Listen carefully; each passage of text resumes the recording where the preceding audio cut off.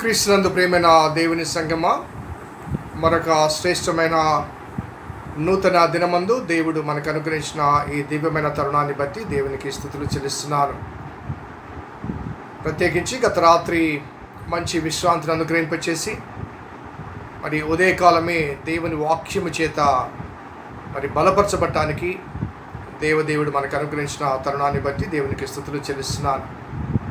కుటుంబాలుగా చేరి ప్రతి ఉదయం ఆ దేవుని దివ్యమైన మన్నా చేత పోషించబడుతూ తద్వారా కలిగిన ఆధ్యాత్మిక శక్తిని బట్టి, పుష్టిని బట్టి, ఆ నమ్మికను బట్టి, విశ్వాసాన్ని బట్టి మన జీవన ప్రయాణాన్ని కొనసాగింపచేయటకు దేవుడు ఆ వాక్యము దిక్సూచిగా మనకు అనుగ్రహించాడు. అందుకే నీ వాక్యము నా పాదములకు దీపము, నా త్రోవకు వెలుగై ఉన్నది అంటూ కీర్తనకారుడు చెప్పిన మాటలు జ్ఞాపకం చేసుకుంటూ మన దైనందిన జీవిత ప్రయాణంలో కానీ, అదే రీతిగా మనలో పరలోక సంబంధమైన ప్రయాణంలో కానీ ఆ వాక్యమే మనకు దీపము, త్రోవకు వెలుగు, ఆ పరలోక సంబంధమైన దిక్సూచి. కాబట్టి దినదినము వాక్యము ద్వారా పోషించబట్టకు దేవుడు మనకు అనుగ్రహించిన ఈ విశిష్టమైన తరుణాన్ని బట్టి దేవునికి నేను స్తుతులు చెల్లిస్తున్నాను. ఒక మాట ప్రార్థన చేసుకుని మరి ముందుకు వెళ్దాం. కృపగల దేవా, దయగల తండ్రి, మీ పాదములకు స్తోత్రము చెల్లిస్తున్నాం నాయన. నీ దివ్యమైన సంకల్పాన్ని బట్టి ప్రతి దినము నీ వాక్యము ద్వారా పోషించబడటకు మీరు చూపిన కృపను బట్టి స్తుతులు చెల్లిస్తున్నాం. ప్రత్యేకించి నీ దివ్యమన్నా మాకు అందిస్తున్నారు నాయన. ఈ కరోనా స్థితిగతుల మధ్య ప్రభా, మేము కలిసి ఆరాధించడానికి అవకాశం లేని స్థితిగతుల మధ్య గృహమే ఆలయాలుగా, ఆధ్యాత్మిక కేంద్రాలుగా, కుటుంబమే మరి ఒక సంఘముగా మేము ఆరాధించే ఒక అద్భుతమైన అవకాశాన్ని అనుగ్రహించారు. కేవలం వారమునకు ఒక దినము కాకుండా ప్రతి దినము కూడా ఆధ్యాత్మిక పోషణ చాలా విశిష్టమైన అవకాశం. ప్రజలకు దూరంగా ప్రభువుకు చేరువుగా జీవించుటకు, మరి అదే రీతిగా ఆలయాలు మూయబడి ఆరాధన, ఆధ్యాత్మిక ఎదుగుదలకు అవకాశం లేని స్థితిగతుల మధ్య వ్యక్తిగతంగా దేవదేవునితో సహవసించుటకు ఒక దివ్యమైన అవకాశం అనుగ్రహించాం. So to maintain the personal relationship ఈ ధ్యాన కూడికలు ఉపయోగపడుతున్నాయి. కాబట్టి మీకు స్తుతులు చెల్లిస్తూ ఈ వారమంతా కూడా అదే అంశాన్ని, అనగా 4వ కీర్తన ఆధారంగా ఆ పర్సనల్ రిలేషన్షిప్, దేవుని నీతిమత్వం అనే అంశం మీద ధ్యానం చేయుటకు మీరు చూపిన కృపను బట్టి స్తుతులు చెల్లిస్తూ నీ వాక్యం ద్వారా మీరే మాతో మాట్లాడమని, నీ దివ్యమైన ఉపదేశం మాకు వినిపించమని, వినగలిగిన చెవులను, గ్రహించగలిగిన మనస్సును మాకు అనుగ్రహించమని మా రక్షకుడైన యేసు నామమున అడిగి వేడుకొంచున్నాం తండ్రి, ఆమేన్. ఆంధ్ర క్రైస్తవ కీర్తన పుస్తకంలోంచి 405వ కీర్తన, దేవుడే నాకు ఆశ్రయంబు అనే కీర్తన పాడుకుందాం. 405వ కీర్తన. దేవుడే నాకాశ్రయంబు, దివ్యమైన దుర్గము, మహావినోదు దాపదల సహాయుడైనన్ రోచును. అభయమభయమభయమేపుడానందమానందమానందమౌగ, దేవుడే నాకాశ్రయంబు, దివ్యమైన దుర్గము. పర్వతములు కదలినని, యూర్వి మారుపడినను, సర్వమున్ ఘోషించుచు నీ సంద్రము పొంగినన్. అభయమభయమభయమేపుడానందమానందమానందమౌగ, దేవుడే నాకాశ్రయంబు, దివ్యమైన దుర్గము. దేవుడెప్పుడు తోడుగాక దేశము వర్ధిల్లును. ఆతావునందు ప్రజలు మిగుల ధన్యులై వసింతురు. అభయమభయమభయమేపుడానందమానందమానందమౌగ దేవుడే నాకాశ్రయంబు దివ్యమైన దుర్గము. రాజ్యముల్ కంపించిన భూరాష్ట్రముల్ ఘోషించిన పూజుడౌ యెహోవా వైరి భూని సంహరించును.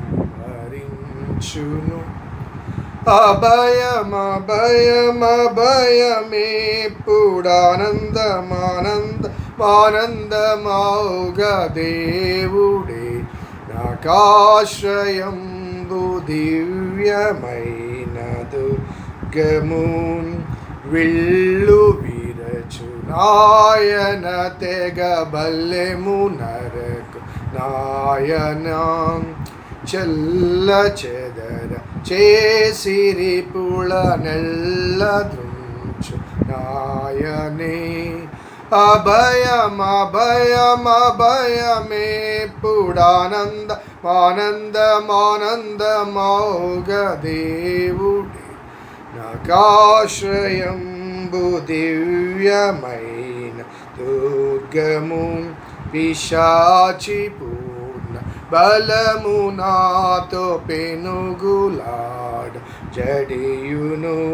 నశించి శత్రు గణము దేవునాజ్ఞ వలన మడియును. అభయమభయమభయమేపుడానందమానందమానందమౌగ దేవుడే నాకాశ్రయంబు దివ్యమైన దుర్గము. కోటయు నాశ్రయమునై యాకోబు దేవుడుండగా ఏటికింక వెరవలయు నెప్పుడు నాకు పండుగ. అభయమభయమభయమేపుడానందమానందమానందమౌగ దేవుడే నాకాశ్రయంబు దివ్యమైన దుర్గము. కీర్తనల గ్రంథం నుంచి 4వ కీర్తన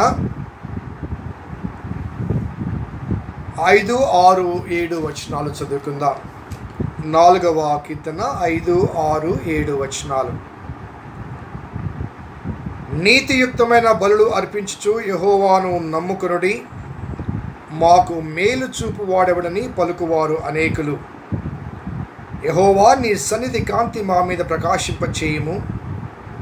వారి ధాన్య ద్రాక్షరసములు విస్తరించిన నాటి సంతోషము కంటే అధికమైన సంతోషము నీవు నా హృదయములో పుట్టించితివి. క్రీస్తునందు ప్రియమైన దేవుని సంగమా, ఈ వారమంతయు కూడా ఈ 4వ కీర్తన ఆధారంగా ప్రతిదినము ధ్యానము చేయుటకు దేవుడు అనుగ్రహించిన తరుణాన్ని బట్టి దేవునికి స్తుతులు చెల్లిస్తున్నాను. మరి నిన్నటి దినము 4వ వచనం, అదే రీతిగా 8వ వచనం 2 కలిపి మనం ధ్యానం చేశాం. ఎందుకంటే ఆ 2 ఒకే భావముతో కూడి ఉన్నవి కాబట్టి. ఈ మధ్యలో ఉన్నటువంటి 5, 6, 7 వచనాలు మరి వాటిని ఈ దినము ధ్యానం చేయాలని ఈ వారం కొరకు దేవుడి వాక్య భాగాన్ని మనకు చూపించినందుకు దేవునికి స్తుతులు చెల్లిస్తున్నాను. గత వారమంతయు 40వ కీర్తన మనం ధ్యానం చేశాం. మరి ఈ వారమంతయు కూడా ఈ 4వ కీర్తన ధ్యానం చేస్తున్నాం. మరి రాబోయే వారానికి దేవుడు ఏ వాక్యాన్ని సిద్ధం చేశాడో దాని గురించి మీరు ప్రార్థన చేయండి. మరి ప్రార్థన చేసిన ఆ వాక్యాన్ని దేవుడు మనకు బయలుపరచగా, ఆ బయలుపరచబడిన ఆ వాక్యాన్ని ఆయనే బోధిస్తుండగా మనము ఆలకించి ఆధ్యాత్మిక శక్తిని పొందుదాం. మరి కీర్తనలో ప్రధానంగా కనిపించే ఒక అంశం ఏంటంటే, నా నీతికి ఆధారం ఒక దేవా. So a person, in spite of difficult situations, if he maintains a right relationship with God, he will have no fear. ఒక వ్యక్తి దేవునితో సరైన సంబంధము కలిగి ఉంటే, ఆ కలిగి ఉన్న సంబంధాన్ని బట్టి ఎటువంటి ఇబ్బందికరమైన స్థితిగతుల్లో ఉన్నప్పటికీ కూడా అతడు భయపడడు, బాధపడడు, విభ్రాంతి నొందడు. మరి కాంటెక్స్ట్ నేను గతంలో చెప్పాను, అనగా ఈ కీర్తనలో చివరి సందేశం కాబట్టి మరొకసారి జ్ఞాపకం చేస్తున్నా. దావీదు యొక్క ఆ రాజరికపు జీవిత వ్యవస్థలో ఇంకా చెప్పాల్సి ఉంటే, దావీదు రాజుగా దేవుని చేత అభిషేకించబడి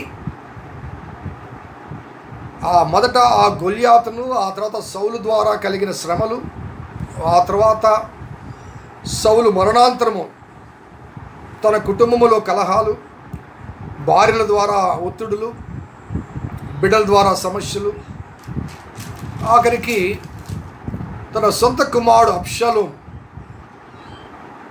మరి తండ్రికి భయపడి దూరంగా ఉంటే, దావీదు రాజు సంస్థానంలోని కొంతమంది దావీదు యొక్క స్వంత అనుచరులు, దావీదు యొక్క బలము బలహీనత ఎరిగిన వారు అబ్షాలోము వైపునకు వెళ్ళి అబ్షాలోమును ప్రేరేపిస్తారు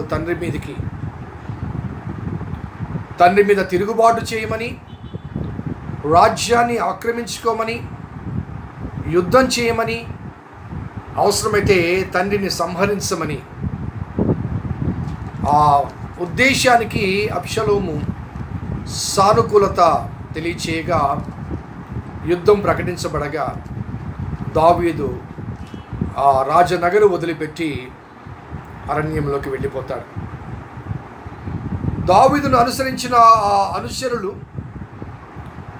అబ్షాలోమును అనుసరించిన ఆ అనుచరుల మధ్య యుద్ధం జరుగుతుంది.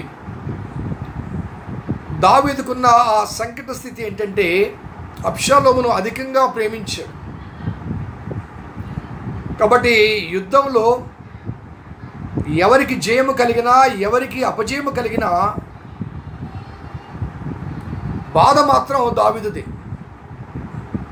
తాను చనిపోయినా, లేకపోతే తాను అధికంగా ప్రేమించిన తన కుమారుడు చనిపోయినా బాధే.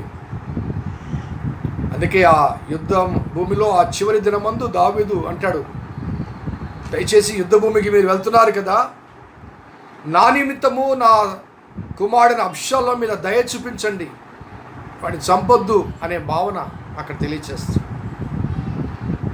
అలాగే అబ్షాలోము చనిపోయినప్పుడు కూడా దావీదు, నా కుమారుడు అబ్షాలోమా, నీకు బదులుగా నేను చనిపోయినా ఎంత మేలు అంటూ విలపిస్తాడు. That was the critical situation David was facing.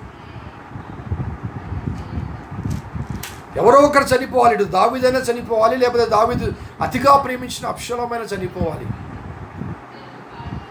యుద్ధంలో ఎవరో ఒకరికి విజయం ఆ రోజు. తనకు విజయమైనా, తన కుమారుడికి విజయమైనా, కానీ ఎవరికి విజయమైనా దావీదుకు ఆనందం కాదు. ఇటువంటి సంకట స్థితిని ఎదుర్కొంటున్నాడు దావీదు. ఆ సమయంలో దావీదు కలిగిన ఊరట ఏంటంటే, నా నీతికి ఆధారముకు దేవుడు నాకు తోడుగా ఉన్నాడు. దానితో ఈ కీర్తన ప్రారంభించబడుతుంది. అలాగే అబ్షాలోమును రెచ్చగొట్టి దావీదు మీదకి తిరుగుబాటు చేయడానికి ప్రలోభ పెట్టి ప్రేరేపించిన వారిని ఉద్దేశించి, నరులారా, ఎంతకాలం నా గౌరవమును అవమానముగా మార్చెదరు, ఎంతకాలం వ్యర్థమైన దాన్ని ప్రేమించెదరు, ఎంతకాలం అబద్ధమైన దాన్ని వెదకదరు అంటూ యెహోవా తన భక్తులను తన కొరకు ఏర్పాటు చేసుకున్నాడని తెలుసుకుని నేను యెహోవాకు మొరపెట్టగా ఆయన ఆలకిస్తాడు. అనగా ఆ శత్రువును ఉద్దేశించి దావీదు పలికిన పలికేటో తెలుసా, నేను యుద్ధం చేస్తాను, మిమ్మల్ని అందరినీ హతం చేస్తాను, అంతం చేస్తాను అని పలకడం లేదు. ఎంతకాలం అండి, ఎంతకాలము నా గౌరవాన్ని అవమానంగా మారుస్తారు, ఎంతకాలం వ్యర్థమైన దాన్ని ప్రేమిస్తారు, ఎంతకాలం అబద్ధాన్ని వెతుకుతారు అంటూ యెహోవా తన భక్తులను తన కొరకు ఏర్పాటు చేసుకున్నాడు. అనగా నా రాజరికపు ఆ సింహాసనం నుంచి నన్ను తొలగించి నన్ను హతమార్చి దాని మీద అబ్షాలోమును కూర్చోబెట్టాలని మీరు ప్రయత్నం చేస్తున్నారు. కానీ నేను దేవుని చేత ఎన్నిక చేయబడి దేవుని చేత ఆ సింహాసనం మీద కూర్చోబెట్టబడ్డాను. యెహోవా తన భక్తులను తన కొరకు ఏర్పాటు చేసుకున్నాడని తెలుసుకున్నది. So I am appointed by God. ఆ సింహాసనం నాది కాదు, నా దేవుడు నాకు ఇచ్చింది. ఆ పొజిషన్ నాది కాదు, నా దేవుడు నాకు అనుగ్రహించింది. కాబట్టి ఎంతకాలం అంటూ వారిని ఉద్దేశించి తెలియచేసి ఒక చక్కని సేద తీర్చబడే భావాన్ని ఆ తర్వాత 4వ వచనంలో 8లో చెప్తాడు. నిన్నటి దినం ధ్యానం చేశాం. మీరు పడకల మీద ఉండగా మీ హృదయంలో ధ్యానం చేసుకుని ఊరకుండి. రిజల్ట్స్ ఏదైనప్పటికీ కూడా దైవ చిత్తానుసారమైన రిజల్ట్సే ఉంటుంది. కాబట్టి నాకెందుకు భయం, నాకెందుకు వేదన, నాకెందుకు దిగులు? Results will be according to God's will. దేవుడు ఎన్నుకున్నాడు కాబట్టి, దేవుడు ఏర్పాటు చేసుకున్నాడు కాబట్టి, దేవుడు ఆయన ఏర్పరచుకున్న వారిని సిగ్గుపరచడు కాబట్టి భయం ఎందుకు, బాధ ఎందుకు, దిగులు ఎందుకు అంటూ నెమ్మదిగా పడుకుంటానయ్యా. నేను ఒంటరిగా ఉండినను నీవే నన్ను సురక్షితంగా నివసింపచేసేది అంటూ తను తాను ఊరడించుకుంటాడు. ఇదే సమయంలో తన చుట్టూ ఉండే ఆ ప్రజలకు వారి భయాన్ని, వారి ఆందోళన కూడా దూరపరచాలి. వారిని కూడా దేవునిలో స్థిరపరచాలి. దావీదుకున్న కాన్ఫిడెన్స్ ఏంటో, ఆ ధైర్యం ఏంటో, ఆ నమ్మకం ఏంటో వారు కూడా తెలుసుకోవాలి. కాబట్టి 5, 6, 7 వచనాలు తన చుట్టూ ఉండే ఆ సహచరులు, తను నమ్మకంగా వెంబడించిన వారు, తన కొరకు యుద్ధం చేయవారు, వారిని ఉద్దేశించి చెప్తున్న మాట ఇక్కడ, నీతియుక్తమైన బలులు అర్పించుచు యెహోవాను నమ్ముకొనుడి. యుద్ధ భూమిలో, అరణ్యములో, గుహలో దాక్కున్నారు. ఏ సమయంలో శత్రులు వారి మీదకి దండెత్తి వస్తారో వారికి తెలియదు. అటువంటి పరిస్థితుల మధ్య నీతియుక్తమైన బలులు అర్పించుచు యెహోవాను నమ్ముకొనుడి. సో బలులు అర్పించండి అనే మాట కాకుండా నీతియుక్తమైన, నీతి అనే మాట ఇప్పటికీ నేను కొన్ని వందల సార్లు చెప్పాను ఈ వారంలో. What is NITI? Right relationship. So దేవునికి ఏదైతే అంగీకారమై ఉంటుందో ఆ అంగీకారయుక్తమైన బలులు అర్పించండి. ఇక్కడ బలులు అనే ఈ మాట చెప్పడానికి ముందు దీని యొక్క పారంపర్యాన్ని ఒకసారి జ్ఞాపకం చేస్తాం. ఈ దహన బలులు అనే ఈ ట్రెడిషన్ అనేది అబ్రహాము కాలంలో మనకు అధికంగా కనిపిస్తుంది. ఎక్కడికి వెళ్ళినా కానీ ఆ ఊర్లో దహన బలులు అర్పించడం, బలిపీఠం కట్టడం, దహన బలులు అర్పించడం.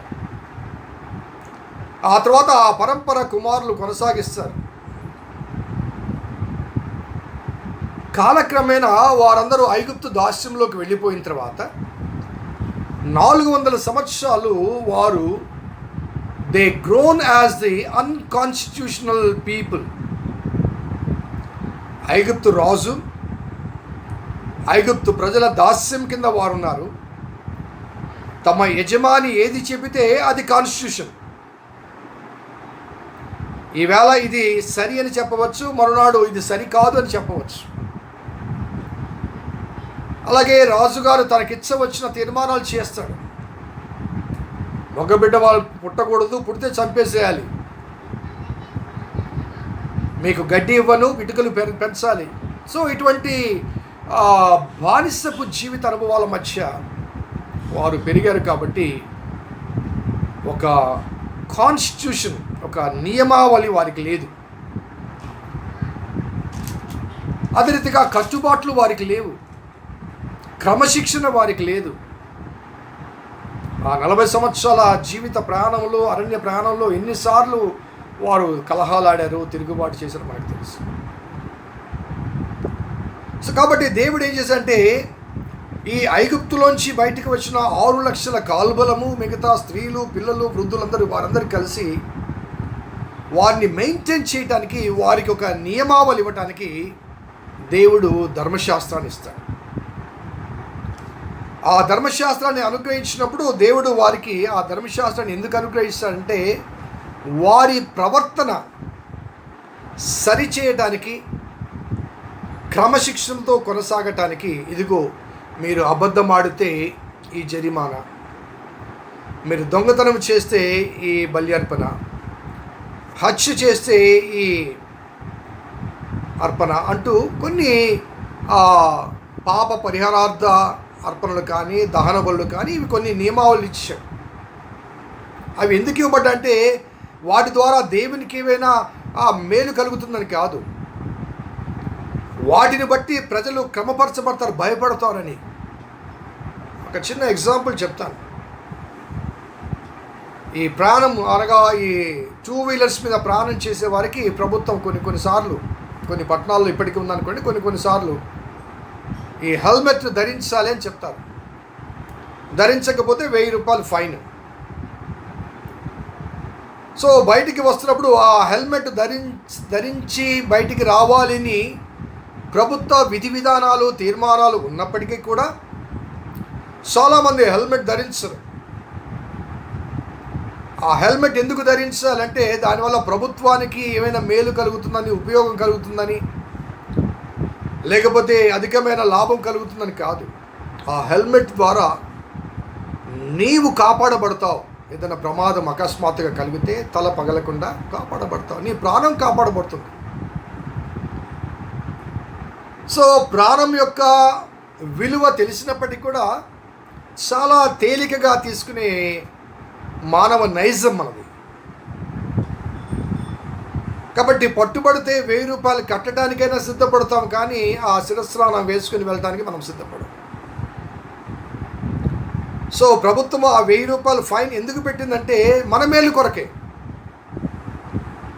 అలాగే ఈ బలి అర్పణలు అనేవి ఆ పాత నిబంధన కాలంలో ఇశ్రాయేలు జనాంగానికి ఎందుకు అనుగ్రహించబడ్డదంటే వీటిని బట్టి వారు ఒక క్రమమైన మార్గంలో ప్రాణం చేస్తారేమో, అనీతికరమైన అనైతిక జీవిత ప్రవర్తన నుంచి వారు విడిపించబడతారేమో అని చెప్పేసి కొన్ని బలి అర్పణలు అనుగ్రహించారు. మేకలు కానీ, కోడెలు కానీ, లేకపోతే గొర్రెలు కానీ, పావురాలు కానీ.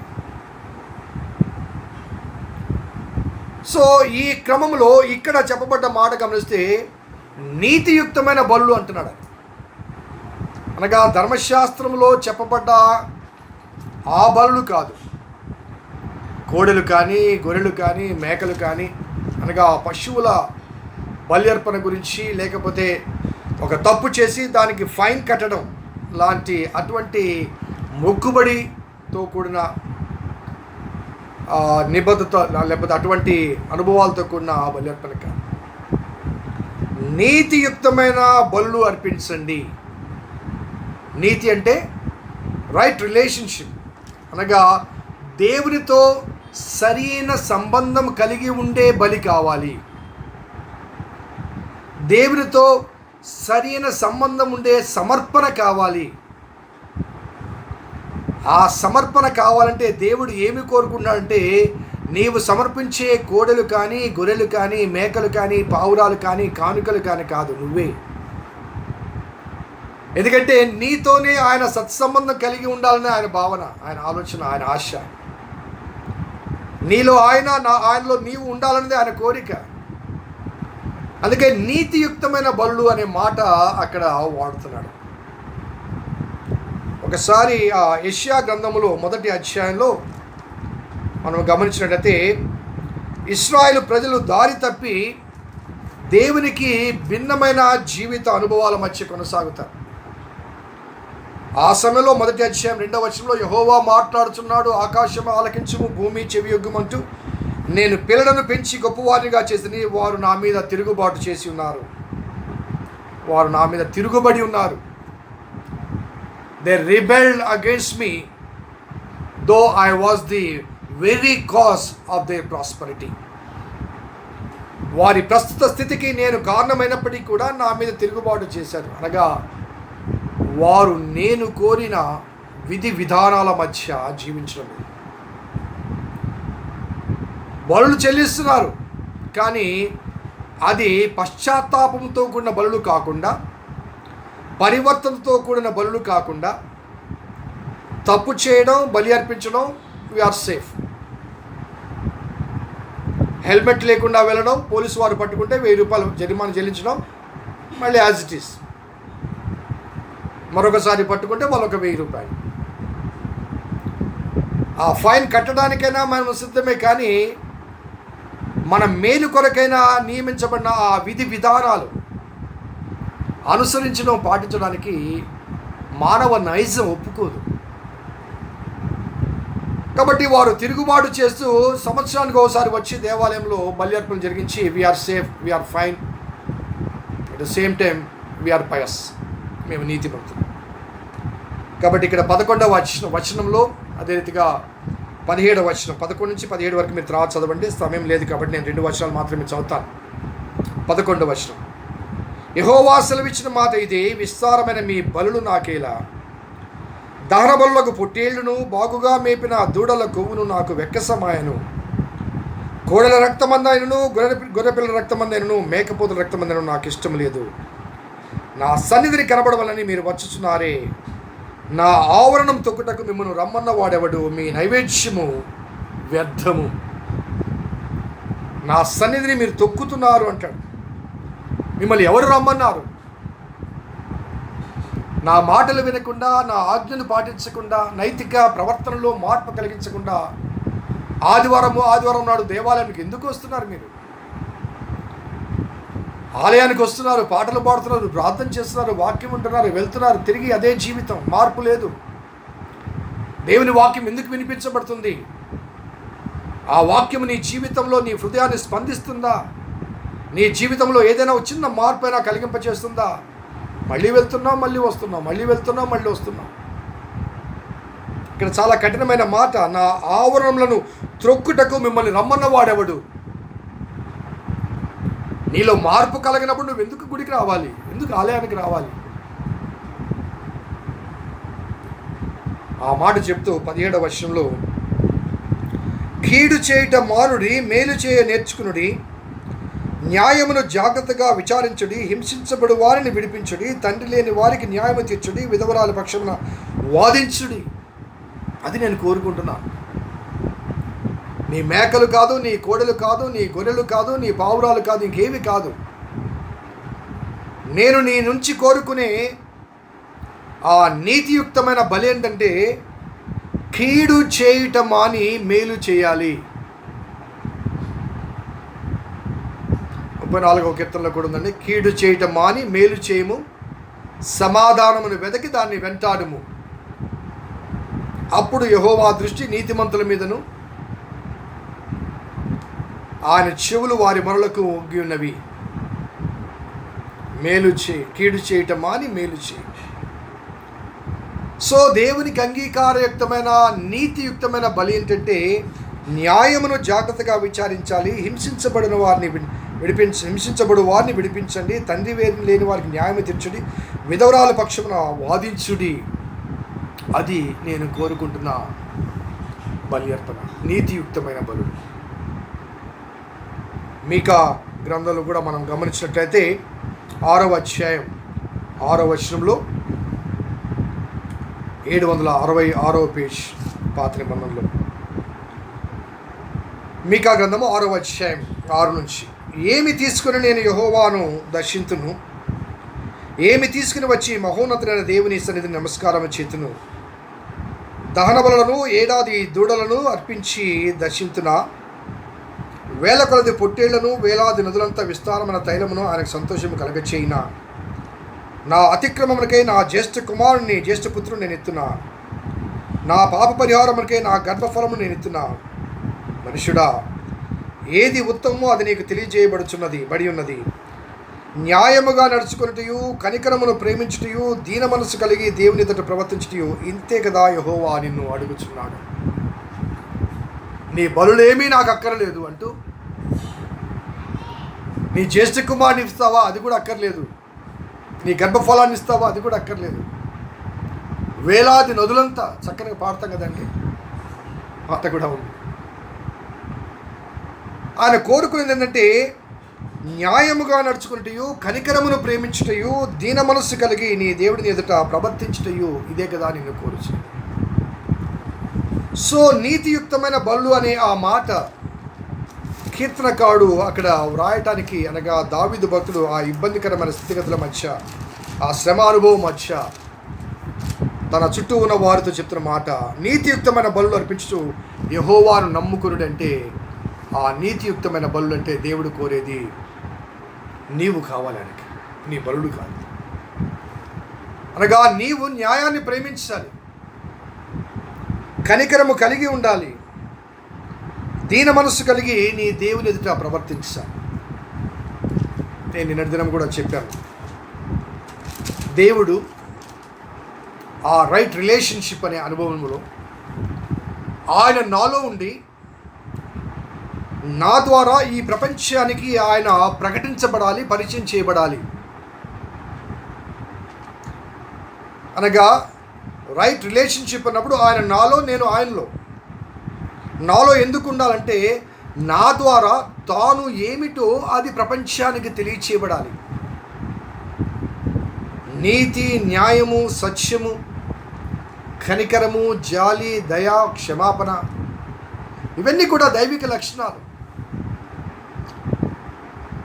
సో నేను కోరే బలి ఏంటంటే నీవు నాకు కావాలి, నీవు నాతో సరైన సంబంధం కలిగి ఉండాలి. తద్వారా నా నీతి, నా న్యాయము, నా కనికరము, నా క్షమాపణ, నా ప్రేమ నీ ద్వారా ప్రపంచానికి పరిచయం చేయబడుతుంది. అప్పుడు నీవు నాలో ఉంటావు కనుక నా ద్వారా నీవు మరో ప్రపంచానికి పరిచయం చేయబడతావు. నేను నీలో ఉంటే నీ ద్వారా నేను నీ ప్రపంచానికి పరిచయం చేయబడతాను. నీవు నాలో ఉంటే నా ద్వారా నీవు నా ప్రపంచానికి పరిచయం చేయబడతావు. సో దేవుడు కోరేది నిన్నే, మనల్నే కోరుతున్నాడు. మన ద్వారా న్యాయముగా నడుచుకోవాలి, కనికరాన్ని ప్రేమించుకోవాలి, దీన మనస్సు కలిగి నీ దేవుడిని యెహోవా ఎదుట ప్రవర్తించాలి. దీన మనస్సు కలిగి ప్రవర్తించాలి. చాలాసార్లు నేటి ఆలయ ఆరాధన కార్యక్రమాల్లో కొన్ని ఇబ్బందికరమైన స్థితిగతులు కనిపిస్తుంటాయి. సమాజంలో ఎవరైనా గొప్పవారు, పెద్దవారుగా భావించబడ్డవారు వచ్చారనుకోండి, ఇమీడియట్గా మనం ఏం చేస్తామంటే ఆ ఆరాధన మధ్యలోనే అవన్నీ పక్కన పెట్టేసి వారి దగ్గరికి వెళ్ళి వారిని తీసుకుని వచ్చి, కొన్నిసార్లు ఆయా సంఘాల్లో పెద్ద పదవిలో ఉన్నవారు కానీ, ధనికులైన వారు కానీ, ఐశ్వర్యవంతులు కానీ, లేకపోతే సామాజిక గుర్తుడు, అక్కడ రాయబడ్డ మాట మనం జ్ఞాపకం చేసుకుంటే వారికి, అనగా మామూలుగా జరుగుతున్న ఒక మాట ఏంటంటే వారికి ప్రాధాన్యమైన ఆ స్థితి ఇవ్వటానికి తీసుకుని వచ్చి ఆ ముందు సీట్లలో కూర్చోబెడతారు. ఒకవేళ అక్కడ ఎవరైనా ముందు సీట్లో వేరే వాళ్ళు కూర్చుంటే వాళ్ళు డే పైన కానీ అక్కడ కూర్చోబెడతారు. పాస్టర్ గారికి చీటీ పంపిస్తారు, సార్ పలానా వాళ్ళు వచ్చారు సార్, ఆయన అక్కడి నుంచి గుర్తించాలా, పలానా వాళ్ళు వచ్చారండి, చాలా థ్యాంక్స్ అండి. దేవుని మందిరానికి వస్తే నేను థ్యాంక్స్ చెప్పాలా? నువ్వు ఎక్కడికి వచ్చావు? నా దగ్గర రాలేదు, నువ్వు నా ఇంటికి రాలేదు, నువ్వు దేవుని గృహానికి వచ్చావు, దేవుని సన్నిధికి వచ్చావు, దేవుని ఆరాధనకు వచ్చావు. సో కొన్నిసార్లు దేవాలయాలు ఏమవుతుందంటే మనల్ని వ్యక్తిగతంగా ప్రకటించుకోవడానికి, ప్రదర్శించుకోవడానికి, మన గొప్పలు చాటుకోవడానికి దేవాలయాలు వేదికలుగా మారుతున్నాయి. అది దేవుడు కోరుకోలేదు. దీన మనస్సు కలిగి దేవుని సన్నిధిలో, దీన మనస్సు కలిగి దేవుని సన్నిధిలో, అదే కదా నిన్ను నేను కోరుచున్నాను. నీతియుక్తమైన బలులు అంటే. కాబట్టి దేవుని కృపా వాస్తవత బట్టి అక్కడ రాయబడ్డ మాట గమనిస్తే, నీతియుక్తమైన బలులు అర్పించుచు యెహోవాను నమ్ముకొనండి. ఆ ఇబ్బందికరమైన స్థితిగతుల మధ్య, యుద్ధం ఎదురుగా ఉండగా, శత్రువులు దండొచ్చి వచ్చే అనుభవాల మధ్య నిన్ను నీవు దేవునికి సమర్పించుకుని, ఆ నీతియుక్తమైన బలిగా నిన్ను నీవు దేవునికి సమర్పించుకుని నువ్వు నెమ్మదిగా ఉండు, మౌనంగా ఉండు. ఆయన కార్యాన్ని ఆయన జరిగిస్తాడు. ఎందుకంటే నీవు దేవునికి సమర్పించబడ్డావు కనుక నీ బాధ్యత ఆయింది, నీ భవిష్యత్తు ఆయింది, నీ భారం ఆయింది. Sanctify your self. నిన్ను నీవు దేవునికి సమర్పించుకోవాలి. అలాగే మాకు మేలు చూపు వాడెవడని పలుకువారు అనేకులు. ఇక్కడ రాయబడ్డ మాట జ్ఞాపకం చేసుకుంటే